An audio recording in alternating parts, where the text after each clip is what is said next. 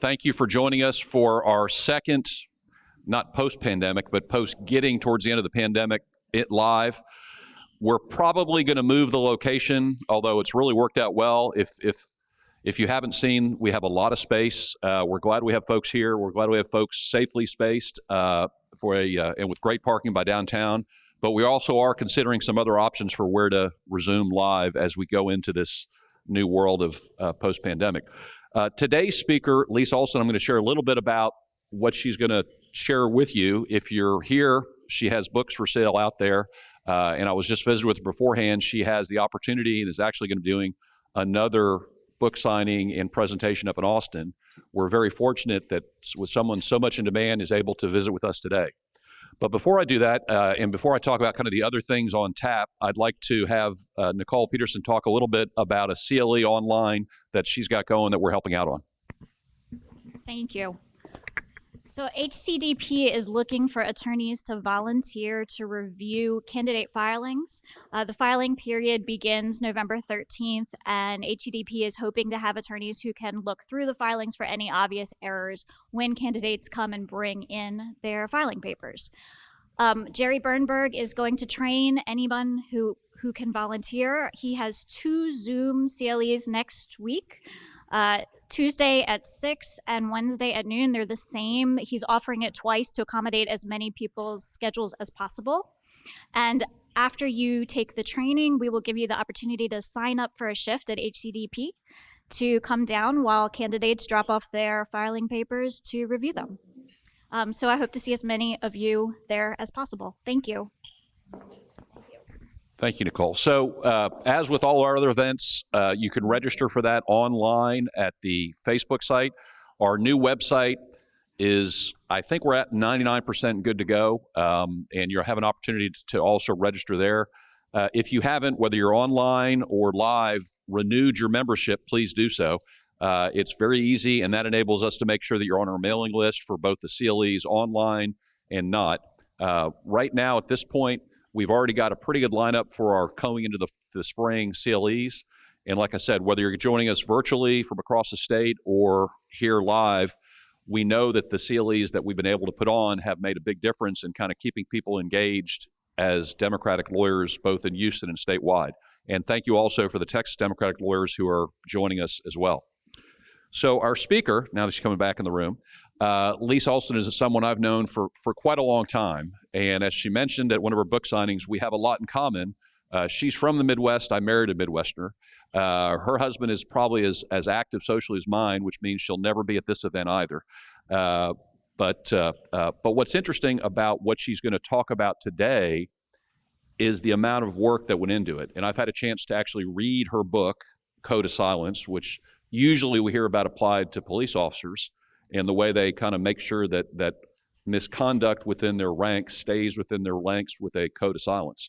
But what's probably something we all kind of in the back of our head, and those of us who maybe served on the bench understand, is there's a lot of stuff that goes on behind the scenes for judges, particularly the judges that aren't necessarily doing what all judges that we aspire to have on the bench are doing. And what's disappointing is how the system, and as Lisa points out, not just here in Texas, but nationwide, how poor the system is, and in fact, there really isn't a very good system for making sure that the folks that are entrusted with probably the most powerful position, Article III judges, how poorly that system, to the extent there is a system, really polices itself. And it really shines a spotlight on something that we all kind of hear about, but don't really see put together so well. And, you know, it may take 9 months to bear a child. This is a 9-year in the making book that has a lot of powerful lessons for all of us involved in the justice system. Please join me in welcoming Lise Olsen. I'm gonna need some help getting the projector on behind me real quick. Thank you for coming today. I'm very honored to be the first in-person speaker for a while. It's great to be here with a lot of people who knew Judge Kent up close and personal, or other judges like him. And anyway, soon we're going to get the PowerPoint on here. Is it going? I hope. So anyway, I'll just talking about how I started hearing about Judge Kent. I'm an investigative reporter, and in 2007, I was working in the newsroom downtown at old Houston Chronicle newsroom on 801 Texas, and I got called into a editor's office, and where he shared, I think, one of the most crazy tips I had ever heard. And I'd already been in Texas for 4 years, and I had heard all kinds of crazy things that had previously proved to be true. I had investigated a tip that a juvenile had been wrongly executed and had been framed by police officers in San Antonio. That turned out to be true. I later would investigate a senator or a congressman who was using his staff to steal campaign contributions. True, but this one I really didn't believe. So I'm going to read a little bit from my book. I was absorbed in notes for another investigative story in our bustling Houston Chronicle newsroom in March 2007, when Deputy Managing Editor George Hodge waved me inside his private office and shared one of the most improbable tips I'd ever heard. He told me that Harvey Rice, another senior staff reporter, had just called with a tale of something strange a source had witnessed inside the federal courthouse on Galveston Island. That afternoon, a woman had run, crying, from the chambers of U.S. District Judge Samuel Bristow Kent with her clothing in disarray. The tipster identified her as the judge's top assistant, Cathy McBroom, known as a normally unflappable court employee and Judge Kent's longtime case manager. After leaving chambers, McBroom never returned to her own office. Instead, she detoured to another floor, apparently to hide from the judge. Some co-workers in the federal court believed Kent had sexually assaulted her. Perhaps if I'd worked elsewhere, I might have automatically rejected that rumor that a man sworn to uphold our laws would violate them inside a so-called palace of justice. But I was an investigative reporter in Houston, home to the moon men of NASA and to Joanne Herring, the glittering socialite and the heiress who allied with a Texas congressman to finance a secret CIA war in Afghanistan.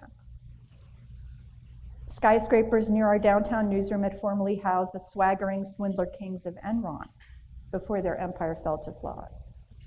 Already focused on the story, I navigated through the maze of metal cabinets loaded with newspapers, maps, dictionaries, and bulging manila folders.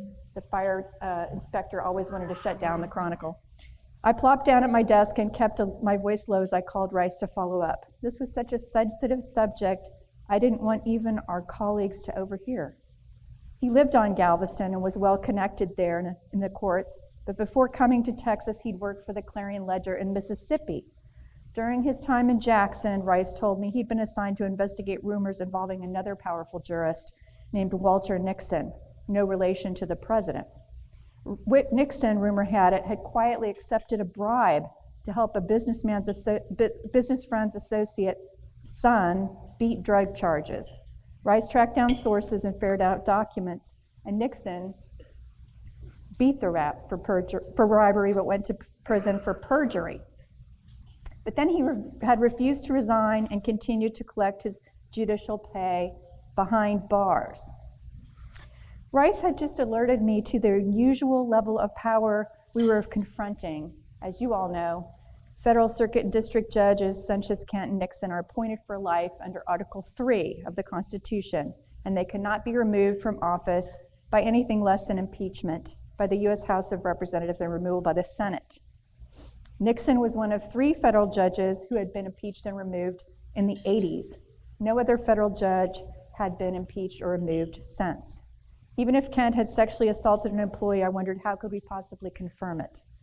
It was a classic he said, she said case.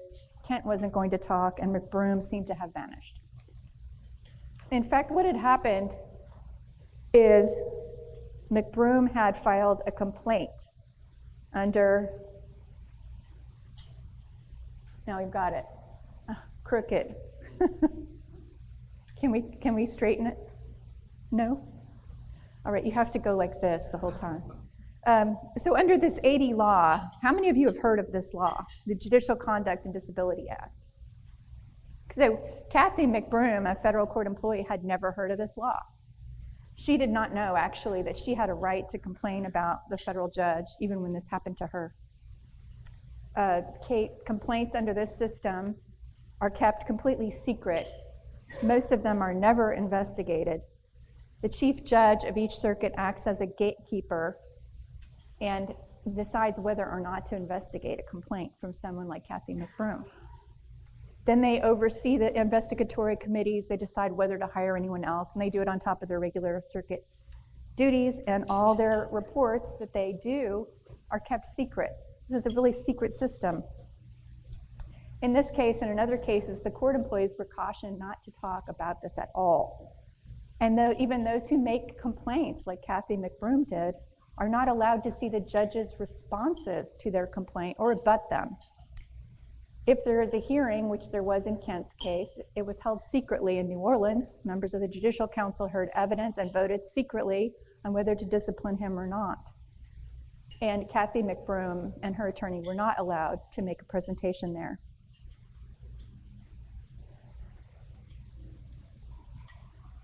The system works this way. This kind of will help you, I think, understand the next reading I'm going to do, which is about how the Fifth Circuit investigated Kent. Like I said, chief circuit judges get these complaints. Some of them are frivolous, or they're from prisoners who are really angry at the judge for putting them behind bars. But some of them are from lawyers like you who raise very serious issues. Some of them are from judicial employees, and yet 97% of them are trashed. And the dismissal orders that are released about the complaints sometimes really say nothing about what the complaint was about. There are some circuit chief judges who spend all 7 years that they're chief and investigate nothing, never investigate one complaint. In 2006, just so you know, I'm not the first person who found problems in the system.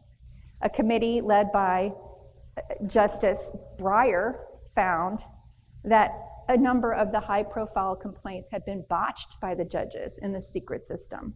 And in fact, in cases that had gotten a lot of attention had been screwed up, and warned that the system needed to be fixed. So that sets up 2007, when Cathy McBroom files a complaint, and guess who's chief judge of the Fifth Circuit?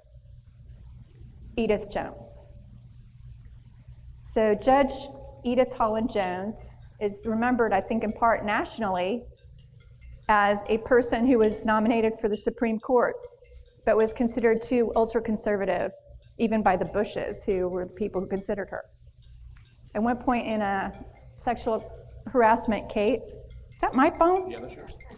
Oh my God, I'm sorry. I think it's in that one. I apologize. Anyway,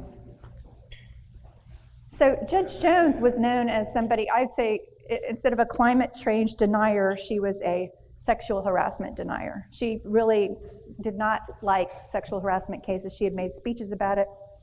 And here she gets this complaint from a court employee against somebody who was her law school classmate at UT. Not that she liked him, but she was in one of the Texas X's. And everybody knew there was something weird about Kent anyway, right?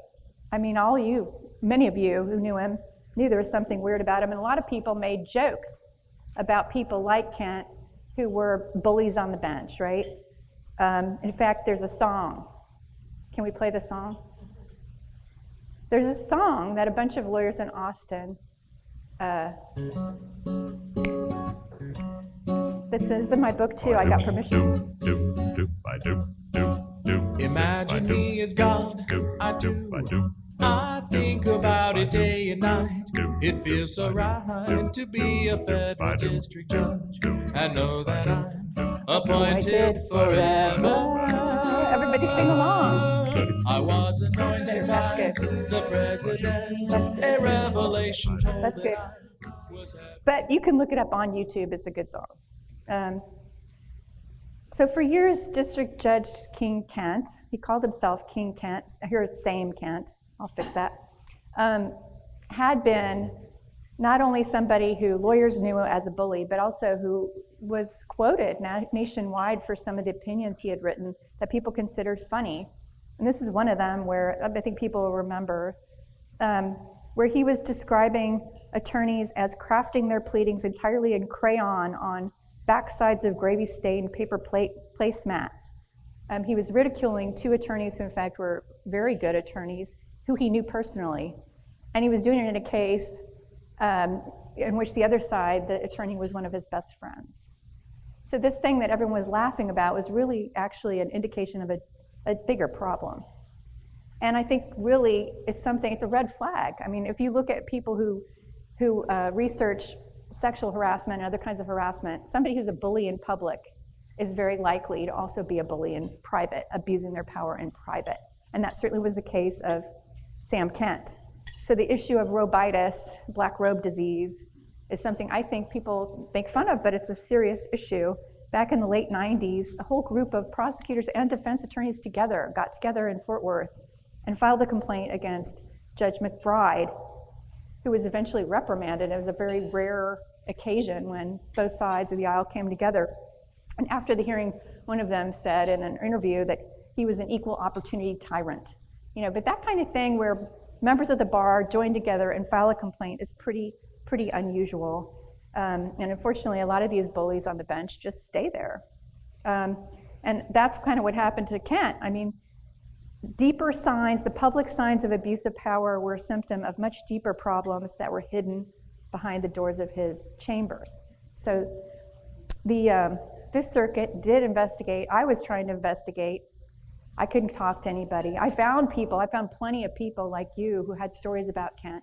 I found former employees, court employees, who had stories about being forcibly French kissed by Kent. One woman who had told me on the record that Kent had said he would service her when her husband had prostate cancer. This was his former case manager. These were on the record interviews, but my bosses said, he's a federal judge. We've got to wait. We got to have more information before we can publish. So after the reprimand came out, I thought, well, surely the Fifth Circuit will say something if this man really did try to rape his case manager. And actually, in fact, it said almost nothing. In fact, the order says, if you read it, we're not going to really talk about this. We're not going to reveal, nothing else will be revealed. There was some harassment. It involved a couple of court employees, and that's all you get to know. It was very short. So instead, that made me mad. I mean, if you want to make an investigative reporter want to investigate more, you try to hide things. You try to cover it up. And I thought, if it's true that this judge did this, then it's in everyone's interest to find out. So I found people who had heard the story from Cathy McBroom before she was ordered not to talk. Her best friend, her mom, people who had freedom of speech, who were able and willing to say, look, I know that not only did Judge Kent try to do this once, there were 2 attacks. And there were 2, I had 2 sources. My editor said, okay, go ahead, publish. And then I published with the other accounts I told you about. So we had the story, details emerge in Judge Kent's scandal. And the next day, bipartisan members of the House Judiciary Committee called for a criminal investigation and called for the Fifth Circuit to reopen their case. But that's really only how I became obsessed with this whole secret system. Because I thought, how can it be possible that judges would cover something up like this? Or shield the public. Maybe it was in the name of protecting the victim somehow. I thought, well, this is not in the public's interest. So I learned more about the system and found that hundreds of these complaints are filed each year. And in fact, the most ever disclosed against a single judge were filed in 2018 against Judge Brett Kavanaugh. But there's loopholes in this system set up in the 80s. And one is that if a judge resigns or retires, the investigation just goes away. It doesn't happen. And that's what happened in the Kavanaugh case. He became a Supreme Court justice, and the system does not apply to Supreme Court justices. There are other people who've retired and avoided consequences. I found that there had been many women who had previously complained informally about Kent. Not only had he twice assaulted his case manager, but she had told her supervisor. Not only had he forcibly French kissed a former law clerk, but she had told a deputy marshal. Kent had publicly commented on the size of another law clerk's rack in a setting like this, very loudly. No one objected. So there had been this pattern. And there'd also been other people who had complained about other things Kent had done, abuse of power, not recusing himself in his best friend's cases. And, but what had happened is, the mid-90s complaint about the woman who'd been forcibly French kissed was never shared with judges. It went no farther. The federal marshal even was afraid of Kent. Another attorney's formal complaint, an attorney named Mark Stevens, complained formally about Kent. And that complaint, there was really no public response at all, and Kent retaliated against Stevens and outed him in an order. And the other things where he'd failed to disclose his relationship, failed to recuse, really nothing seemed to happen there either. There was a mass transfer order of cases, but the courts never said anything about favoritism or anything else. So anyway, I want to tell you a little bit about how Judge Jones' investigation went. So the longer I started working on this, the more I found out about what the Fifth Circuit had and hadn't done and how the system worked. So imagine this scenario. The chief judge hires an attorney to investigate. You'd think she would hire somebody maybe who knew something about sexual harassment or about criminal law. No, she hires a person from a maritime practice who happens to have a case in Kent's court. He's from Louisiana, not Texas, but that's about as good as she does. And then the three judges and this lawyer they hired first call in Judge Kent's secretary, Donna Wilkerson, who, according to the complaint from Cathy McBroom, is also a victim. So the judges know, the world doesn't know this, but the judges know, Cathy McBroom has said Donna is also a victim. And so they start talking to Donna. They arrive in July 2007 to question her in this closed hearing. She knew other lawyers, but she was really afraid to ask anyone for advice before facing that committee. And there she was in front of Judge Jones and two other judges. This transcript of this hearing has never been released, but Donna described it to me. Under questioning, Kent's secretary stuck to a pared-down version of events. She acknowledged the judge kissed and hugged her a couple of times, and the contact was unwanted. The witness statement of hers remained secret, but she later recalled saying, "He was inappropriate with me, but it stopped. I handled it." The statement hid the full truth. Though Kent did stop his advances off and on, Wilkerson much later admitted to federal criminal investigators that Kent had intermittently propositioned and groped her on days he'd been drinking over a period of 5 years. Sometimes he came up behind her and grabbed her breasts. Other times he pressed her into a hug and grabbed her bottom. There had been episodes of full-on sexual assault that Wilkerson did not mention to the judges in July 2007. But investigatory committee members had not pressed her for any details of Kent's, quote, inappropriate behavior, and did not seem all that interested in his behavior toward her, Wilkerson thought. Instead, they wanted to know all about Cathy McBroom. How did she act in Galveston? How did she dress? Was she a flirt? Though Wilkerson supported her judge, she found their questions odd. Later, Wilkerson wondered why no one had ever asked her whether Kent, her boss, had pressured her not to testify, or whether she'd like a transfer. "No one ever came to my rescue," she later said. "No one ever asked, 'Do you want to be reassigned?'" So that same month, the investigatory committee comes to question Cathy McBroom. Only Judge Jones doesn't show up. You would think that Judge Jones would want to hear from the person who was there, but she did not show up. The two other judges came, and that most of the questioning fell to Johnson, the lawyer who really didn't know how to investigate. Very good lawyer, but had no experience with sexual harassment law.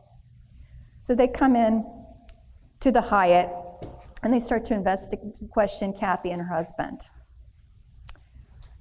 In their secret hotel hearing in July 2007, Johnson and two judges inquired directly about McBroom's professional and personal relationship with Kent.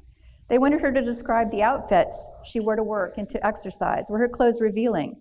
They asked whether she dated court employees and whether she cheated on her husband. They wanted to know about outings to happy hours at local clubs and restaurants. She was perplexed by the investigators' seeming obsession with her wardrobe. On the day she'd been attacked, she was wearing a pair of pinstriped pants and a blue sweater with a black cardigan over the top. She'd also been carrying a pile of court orders for the judge to sign. What did that have to do with anything? When members of the panel got around to asking about the details of the March 2007 attack, in which Cathy had been partially disrobed by the judge and asked to suck him off, which McBroom had already described in her testimony in her written statement, they asked her and her husband to stand and perform a demonstration. They wanted McBroom to physically guide her husband so he could reenact the way Kent had grabbed and groped her. Rex McBroom had heard those sort of details directly from his wife, but being asked to perform a kind of play in which he depicted the judge he abhorred was awkward and emotionally painful. Though Rex had accompanied his wife and supported her, they were living apart. The McBrooms felt they had been compelled to recreate an event whose trauma had strained their relationship to the extent they feared their marriage would no longer survive. Rex McBroom thought the judges overseeing the had assumed a self-protective posture. It seemed like a secret society, he said. They were trying to interrogate her to protect their secret society. How much time do I have? You're good? So I learned all this stuff. I'm investigating. After my own investigation, I decided I want to tell the full story of everything I learned about this investigation, and that's just one of many things that were very bizarre, I have to say, to be polite about it. Botched. And I think, well, maybe it's just this one case. Maybe Judge Jones is right and Kent's an outlier, and there aren't other things like this happening in the federal courts. But then, because I've been writing about Kent, I start to hear from people all over the country. And one of the things I hear about is a judge named Alex Kozinski, who was the powerful chief judge of the Ninth Circuit Court of Appeals, the only circuit larger than the Fifth Circuit, who had a large collection of explicit photos. And the person who called me was a former federal court administrator from Washington, D.C., who said, you know, I've complained for years about Kozinski because he has been manipulating the porn blocker in the Ninth Circuit courthouse and downloading porn, and I can't get anyone to take my complaint seriously. And so this has come out in the LA Times in a front page story, and in the LA Times in the front page story, Alex Kozinski did not say, oh, guess what, there have been 2 other complaints against me about this in the past. Alex Kozinski said, oh, I am chief judge, so I'm going to do the right thing. I'm going to initiate an investigation and transfer it to another circuit who will investigate me now. So I'm going to give it to another circuit. Hot potato goes to the other circuit. But here's what happens in 2017. In 2017, they admonish Kozinski, but Kozinski insists that this collection of images he has on his computer at the court is purely a private joke collection. It has nothing to do with his court, nothing to do with what he's doing in chambers. But then in 2017, the Me Too movement begins. 15 women within the span of a couple of weeks come forward with different stories. One of them is a federal judge who says that he groped her in the 80s when he was a relatively new judge. He put his hands on her breast when they were riding together to a legal event. Another one is his clerk, law clerk, from the era when he was being supposedly investigated for his porn collection, who says, you know what, Kozinski showed me pictures from that collection multiple times when I was alone with him in chambers, and it made me feel like a prey animal. No one who conducted that supposed investigation in 2007, and the person who conducted it is a very esteemed judge, one of the experts in judicial discipline, one of the people who serves on the Judicial Conference of the United States. He had never interviewed the law clerks who worked for Kozinski during the period he had this huge collection of porn on his court computer. He'd never talked to any of the court employees about it. He hadn't followed up on the previous complaints that Kozinski had jury-rigged the Ninth Circuit court system computer so he could download porn. Anyway, so 2017, surely all these 15 women's complaints will now be investigated, right? Well, the Ninth Circuit chief judge, the new one, says, yeah, we're going to investigate. Well, guess what Kozinski does? He's already over 70. He retires, takes away his full pay, no longer has any work to do, End of story, no investigation. That's not that unusual though, okay? So if there were only 2 judges, maybe I wouldn't have a book, although a lot of my book is about Kent and Kozinski. But there are plenty of other examples. There's Judge Siebel in Montana who had a huge porn collection too. And in fact, Kozinski was the one who investigated him. He also claimed they were jokes. So he was an equal opportunity offender. They were jokes against various racial minorities, women, and religious minorities. And eventually Siebel was reprimanded. He also retired. But it took years. One of his jokes was about President Obama's mother committing bestiality. It was not very nice. Some of you may have heard the story of Walter Smith of Waco. He was also reprimanded, but guess what? He was reprimanded for something he had done decades before that had ruined the life of a woman, very much like Cathy McBroom, who worked in the federal court bureaucracy in Waco, who had literally fled the court because the judge wouldn't start bothering her, and because other people she worked with assumed they were having an affair because he'd sent her flowers. So anyway, all kinds of other complaints like that. Big reaction. 800 people sign a letter urging the court to make reforms following the revelations about Kozinski. The Chief Justice makes a speech in 2017 and also in 2018 saying, we're going to do something about this. The problem is, guess what? He asks judges to fix it. He doesn't invite anyone from this group called Law Clerks for Workplace Accountability to be a member of the committee that's going to supposedly fix the system. He sets up a one-person office. The court set up a one-person office. They're supposed to field complaints. And in February 2020, right before the pandemic, we had testimony from a woman who tried to go to that office for help because one of Kozinski's colleagues started harassing her after he was not disciplined, and although he resigned, and was telling her things like, I can't believe your husband and you have sex because you're so ugly. And she said she got no help. She said, you've got this office there, but I don't understand what they're doing because I got no help. I got no support at all. So anyway, there are more hearings happening now.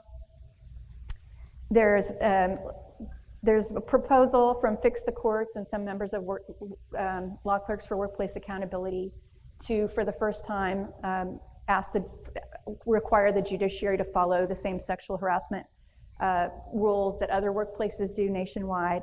There's people who have called for reforms, further reforms in the judicial misconduct review system to make it more open, to make sure that the judges are more careful about how they handle these complaints, to require them to do a little bit of training on how to run these investigations, to impose standards.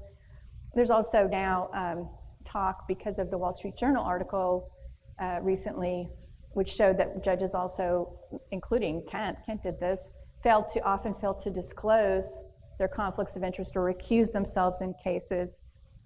There's a movement to try to beef up a little bit the teeth in that federal law, because that is one of the few federal laws that is supposed to apply to federal judges. But, again, because of Article 3, you gotta impeach them, and what else can you do, really? But there are a lot of signs that things are happening, and I think there are a lot of judges who don't like that these kinds of scenarios have gone on for so long. But I can say that, to me it's ironic that even in the Fifth Circuit, where you think you would have learned the Kent rule, something from the Kent case, you have other judges who have had a series of complaints, and I'm picking on Judge Hughes because he's had a lot of public complaints against him, both in cases, and then we also had a misconduct complaint. Cathy McBroom went to work for Judge Hughes for a while after all this happened to her. And she says he sexually harassed her. She did not choose to file another complaint because she had just been through hell. And you can read all about that in the book. Of course, Hughes denies it. But I have to say, my money's on Cathy. And I'll be happy to take questions. And I'm happy to walk them around, but I'll start with one. An issue that folks who practice in the area thought about is, obviously this misconduct is so egregious with Kent, but it's not just him. And the way the system works what was your kind of findings about who gets banged and who doesn't, or who gets targeted or who gets chosen for it, for this kind of investigation? In other words, when do they do it right, if ever? When do they basically say, like what we saw with the last part there?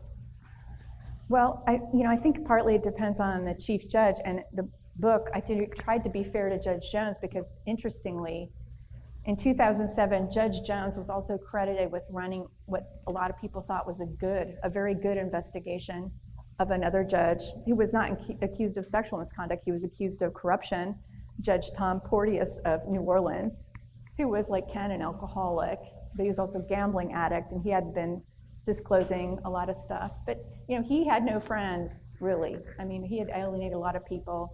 The complaint came from the Department of Justice. It wasn't anything to do with sexual harassment, so Jones was outraged by it. And she promptly did a thorough investigation, hired 2 former U.S. attorneys to run it, and then did a very open disciplinary hearing where she released a lot of the documents almost right away, and the Fifth Circuit almost immediately recommended that there be consideration of impeachment. So Jones knew how to do it right. She did do it right in a different case. But I could not find one case involving sexual misconduct that I thought was properly investigated. In every single one, there were delays, there were what seemed like cover-ups, and there were issues. There were plenty of things that were never investigated at all for one reason or another. Does anybody have, I'm sure folks have questions, anything in particular? Just raise your hand. I'm happy to come over. You can shout it out. Just all stunned into silence. Go ahead. In a corporate context, lower-ranking people, like pilots in airlines, would be diverted to some kind of EAP. Hey, I see you got a divorce. I see you had a family tragedy. I see there's no reason for it, but you're getting drunk all the time. We're going to worry about you. Is there anything, but if I'm a federal judge, it's going to tell me anything? Yes. Is there any talk of some kind of a system so they can nip these things in the bud? Because I'm hearing that substance abuse was an issue with the last 2 cases you described. Seriously, substance abuse was an issue. And when I said that there was a complaint in 2001 when Mark Stevens complained, which I think was a really brave thing to do. So I'm saying his name out loud because I think he's very brave. I believe that the chief judge did what is kind of done in a lot of cases like that. They gave Kent the benefit of the doubt. His wife had just died. He was drinking a lot. And they went and talked to him and said, maybe you should go have counseling. I don't know what exactly was the content of that conversation. I know Judge Kent told me that he did seek counseling around that. But, that wasn't enough for Kent. That wasn't enough. I think in some cases, a kind of talking to from a chief judge and a recommendation for counseling probably is all that's needed, but not for some judges. So yeah, there is kind of a system, but there's not really an EAP, and there's no sexual harassment law that applies to the judges. The judges don't even generally go to the training for sexual harassment. So I think a lot of judges just do things, I say, old school. And then they have these really young law clerks right out of college who aren't old school. Did you look at anything in the state judiciary? In other words, obviously we have a state judicial commission. Is that anything that in the course of your research you kind of say, hey, wait a minute, maybe Texas has a better system, worse system, or anything like that? Or did you get into that? I think almost any state has a better system than the federal system. Almost every state has a more open system where there's more uniformity. The federal system, there's no uniformity between how different chief judges handle this. They don't share their orders in any central database. It's very haphazard. And so you can have a chief judge who really doesn't want to investigate anything, and he won't. And who's going to do anything about that? Sorry. Yeah, I sued James Blackstock in Missouri County and the Juvenile Probation Department for Missouri County a little more than 10 years ago. And the one thing that I've heard about that situation is the power structure and the dynamics that exist within those counties that have evolved over decades. James Blackstock had been raping and assaulting women from the time he was an attorney.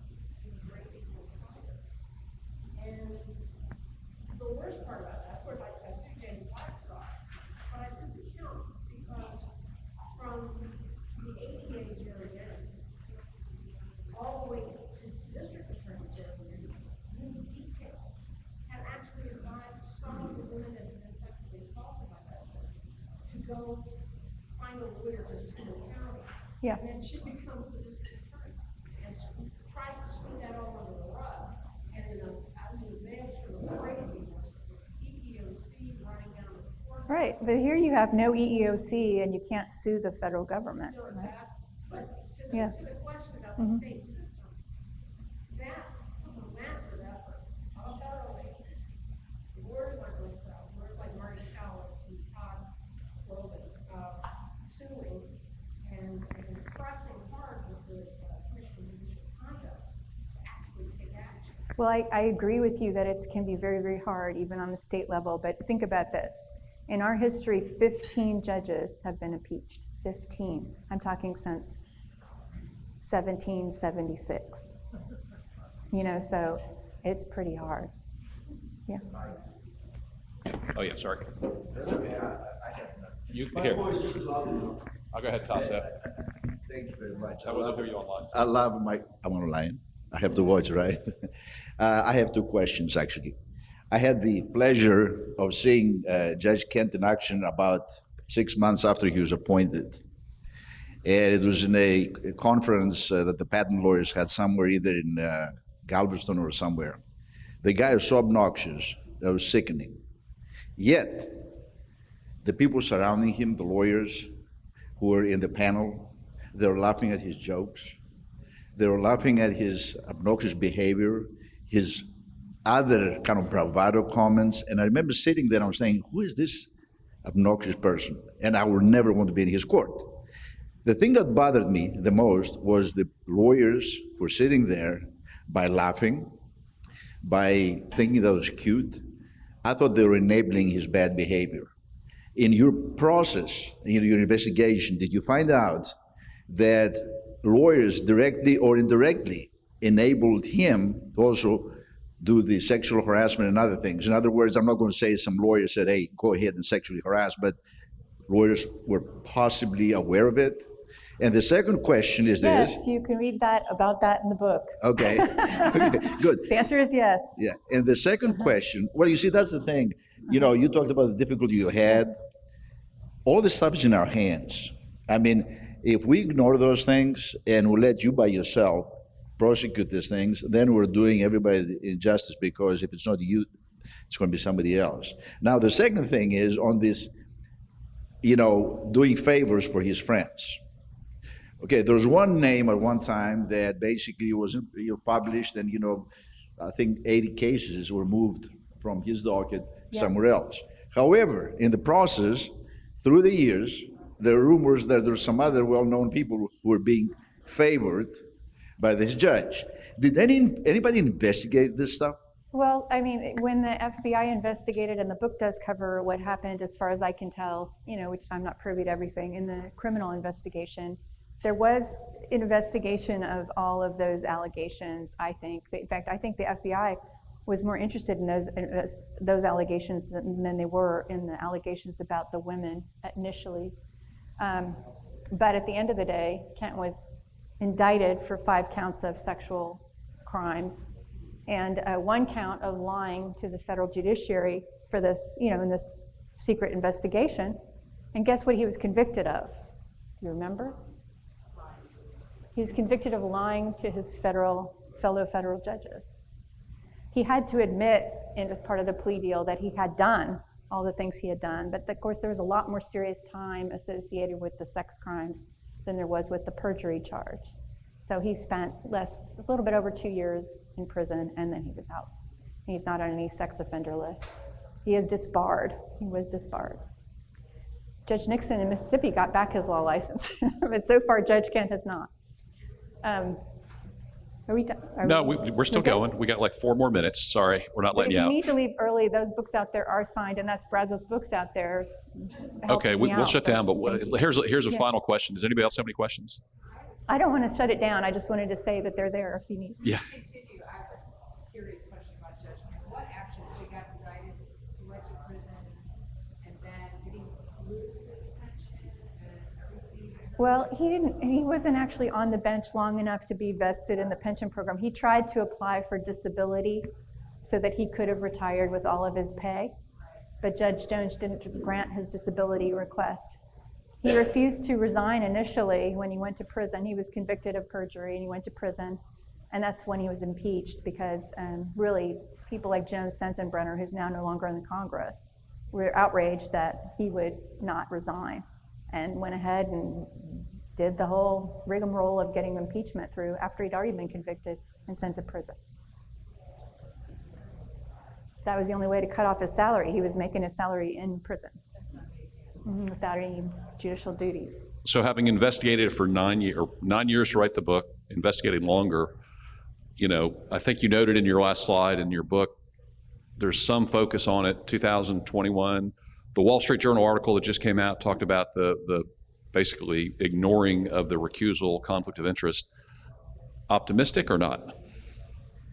Well, I mean, I think that it is unusual right now that we have, you know, members of the House and Senate interested in trying to hold judges more accountable. There was a hearing a couple of weeks ago in the House Judiciary where, you know, House members were asking good questions about, well, if judges are violating, you know, hard and fast rules about financial disclosure and recusal, are we holding them accountable for anything? They were really making some strong statements, and they were also saying, you know, maybe it's time that the Supreme Court develop a code of conduct, which it doesn't have one at all. You know, this system doesn't apply to the Supreme Court justices. They don't have a code of conduct either. So I think there is some momentum, but almost every other time that this kind of wave has come forward, the judges have pushed back and said, no, you know, balance of power. We need our lifetime appointments. We need our power, which they do, but they also need to hold accountable these rogue judges. They shouldn't be allowed to get away with what they've done for so long. There shouldn't be a case like Kent that went on for, you know, 20 years before something happened. So I think it's going to take everybody, through journalists, attorneys, members of Congress, to continue to put on pressure. I'm hoping that by sharing the full story of what really happened in the Kent case, and I know there's more, I'm sure some of you know more stories than I've got in the book, it will help be kind of a case study of why the system needs to be fixed, why it needs to be better, because we don't want this to happen again, right? And it doesn't just happen in Texas. Everybody likes to say, well, that's Texas, you know? No, I mean, there's plenty of other cases. In the book, there's cases in Kansas. You know, there's cases in California, Montana, Washington, D.C., you know? So I said it was the last, but I got one more. You know, you've been talking to Somebody groups get now. the hook. What's been kind of the reaction you've been getting? Like surprise? I'm guessing not, but you tell me. Well, I mean, I think a lot of people thought they knew the Judge Kent story, and people, when they see the book, their jaws drop, though.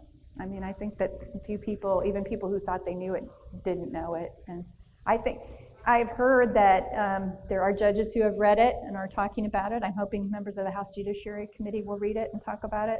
I haven't had negative reactions, but I'm the author, so I suppose. So somebody did say, I think one of those lawyers in your book, you know, if you have a drive-by at your house, I know that who's going to be the number one suspect. But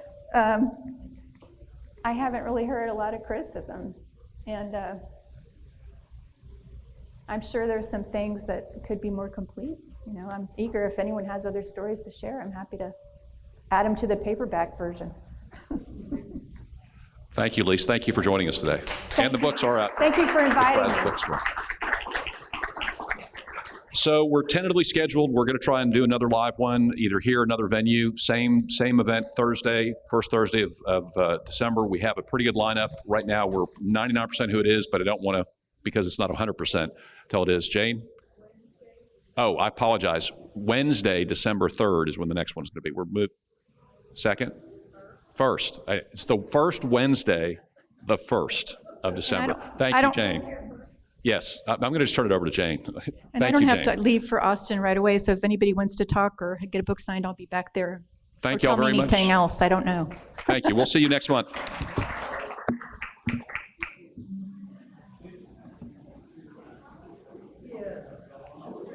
You are on a schedule. Nice job, thank you. You don't